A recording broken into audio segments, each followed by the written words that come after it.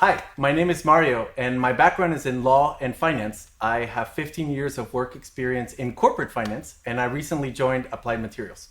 I'm here with Lori to learn more about materials engineering and why it's such a big deal for the tech industry. Hi, my name is Lori. I work here at Applied Materials in Process Engineering. I have an advanced degree in materials science and engineering and over 20 years of experience in the solar and semiconductor industry. A lot of people like Mario have heard about materials engineering, but they don't really understand what it is, and I'm here to explain it in simple terms. Mario, before we get into materials engineering, tell me, what's one device that you can't live without? Well, I think I could live without my work computer, but I don't think I could live without my cell phone. Me too. I can't function without my cell phone. These devices keep getting smarter and faster and smaller.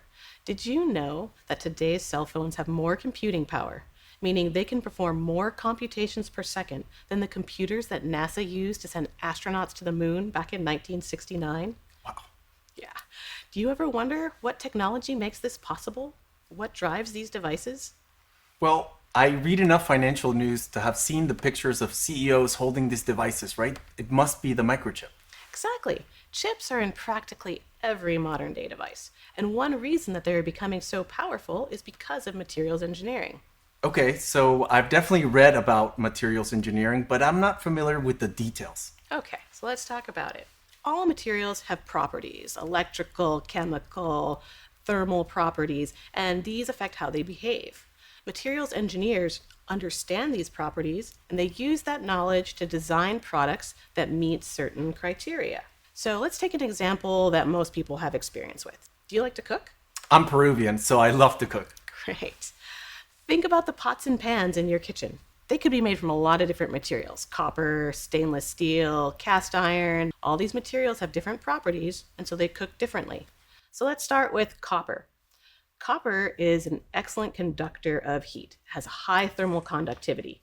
So when you heat up your copper pan, the heat spreads really fast, and the whole pan's at the same temperature, so your food cooks really evenly. But copper's not very resistant to acids, so if you cook an acidic food like tomato sauce, the copper pan can't really handle that. So let's say you choose a stainless pan instead, but it doesn't conduct heat as well. So you might have a hot spot here, a cold spot here, your food might start to burn, this food still needs to cook. So one solution to that problem is to take a layer of copper, sandwich it in between the stainless steel, and now you have a pot that's very durable, and it conducts heat better than the stainless pot. And that's materials engineering. And how does materials engineering play into making chips? The more transistors you have, the more computations you can perform, the more complex things your device can do.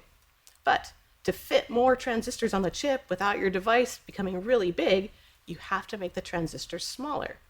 Advanced chips can have as many as 15 billion transistors and over 60 miles of copper wiring. Wow, that's incredible to think about. Exactly. So as transistors keep getting smaller and smaller, there are more challenges that require materials engineering to solve. Materials engineering is really vital to the future of technology. Okay, so that makes sense. Materials engineering, incredibly important to improving the technology. Materials engineering is very important, but it's not just materials engineers. We need software, electrical, mechanical engineers. We need chemists and physicists and all of these people in order to build this sophisticated equipment. How does Applied Materials fit into the industry? So Applied makes this highly sophisticated equipment and the software and the process technology that the chip makers need in order to manufacture chips. Chips are just becoming so complex, and our tools are really foundational in enabling this technology. So when you use your smartwatch, when you drive your smart car, they're relying on devices that were produced with Applied Materials equipment. That's really so interesting to think about. Thank you so much, Lori, for spending time with me and teaching me about materials engineering. Thank you.